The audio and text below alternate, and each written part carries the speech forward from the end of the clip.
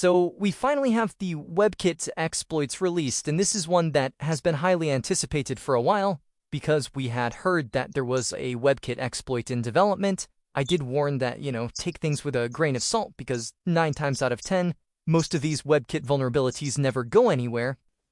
However, this one has actually come to fruition here into a real exploit. However, it's not quite the smoking gun that many people were hoping for, because it's not going to work up to the latest firmwares on the PS4 and PS5, but it should allow new firmwares that did not have access to WebKit exploits beforehand to now be able to jailbreak with the web browser. So this is the repo here by Nathan Fargo. We've also got UFM42 and Dr. Yan Yan as contributors here. Now this current version is only for firmware 9.00, because presumably that was the firmware they were testing it on, because it's easier to test things if you have, a firmware that has a previous jailbreak. Just makes it easier for developing and testing. So that's all that's supported by this repo right now. However, you can see the vulnerability scope does say 6.0 up to 13.52 on the PS4 and 1.002, 13.40. That just means the vulnerability is present on those firmwares. However, the vulnerability does not seem to be exploitable in all of those firmwares. So it's only exploitable in firmware from 6.0 to 11.50 on the PS4 and 1.00 to 8.60 on the PS5. Now there is also a caveat for PS5, which is that PS5 has ASLR, address space layout randomization, and that needs to be defeated either through a heap shaping trick or a separate leak bug, and the expected vtable pointer can be recovered before the native crash path. So that needs to be defeated. ASLR needs to be defeated on PS5 in order for it to be usable on the PS5s in those firmwares. So that is something that is still to be done. We also have supported by this repository. Again, it only works on 9.00. That's for the PS4. Currently, that's the only thing that's supported with this particular version.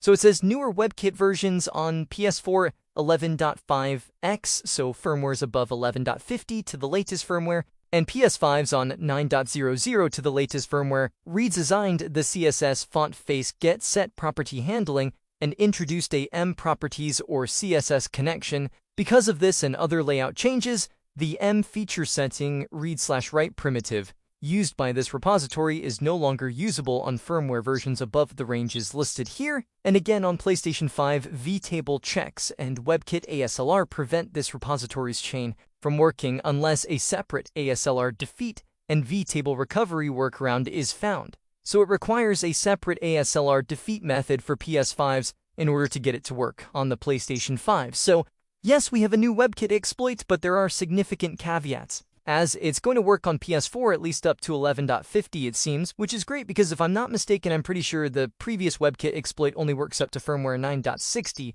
on the PS4, so that would be a lot of new firmwares that would be jailbreakable through the web browser, like 10.x and 11.x firmwares will be jailbreakable on the PS4, and then again on PS5, if we get the ASLR defeat method, then we could go from only being able to jailbreak up to 5.50 with the web browser to being able to jailbreak up to 8.60 with the web browser, which would include all 6.x, 7.x, and 8.x firmwares that would be jailbreakable through the web browser. So that would be a significant improvement, but we need that ESLR defeat method to be able to get that for the PS5. So that's the situation right now. Now there was also a technical write-up that was released alongside this. So this is from Nathan Fargo and UFM42 from CSSFontFace to ARW, a PlayStation WebKit exploit write-up, and this goes into all of the detail on how the exploit was achieved, how the vulnerability was exploited. So if you want all the technical details, it's all available here. The link to this will be down in the video description.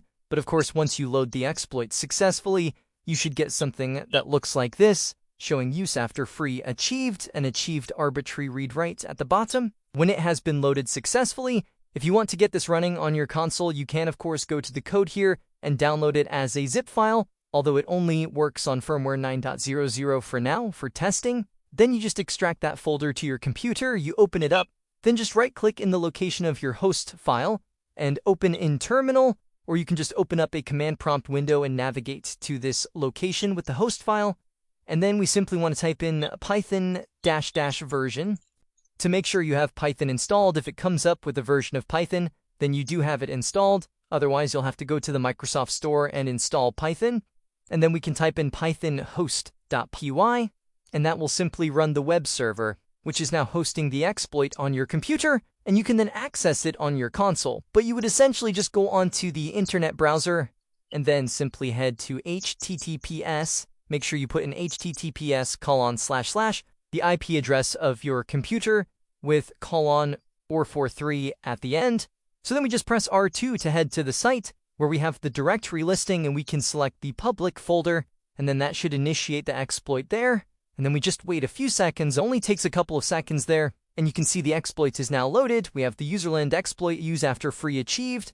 We also have arbitrary rewrite achieved, achieved ASLR, achieved ROP, and initiated the syscalls and found 298 syscalls. So we have the userland exploit fully loaded here. Now, it did not work the first time. I did get a few not enough free system memory errors when trying to load WebKit exploits. I'm sure people who used WebKit exploits back in the day are very familiar with that error message when a WebKit exploit fails, the userland exploit fails. You just get that not enough free system memory error that pops up on screen. So I did get that a few times before it loaded successfully, so you may have to run it a few times before you get it to load successfully. But so after many years now, we finally have a new WebKit exploit for the PS4, which should also work on the PS5 if we can get some way to defeat ASLR on PS5 as well. So again, just a quick update there, a new WebKit exploits for the PS4 and PS5, but it's not going to work up to the latest firmwares, and we need an ASLR defeat method to be able to use it on the PS5. At least that's what it appears to be at the moment. So that's going to do it here for this one. So hope you guys enjoyed this video or found the information useful. If you did, please leave a like and subscribe. And as always, I will hopefully see you guys in the next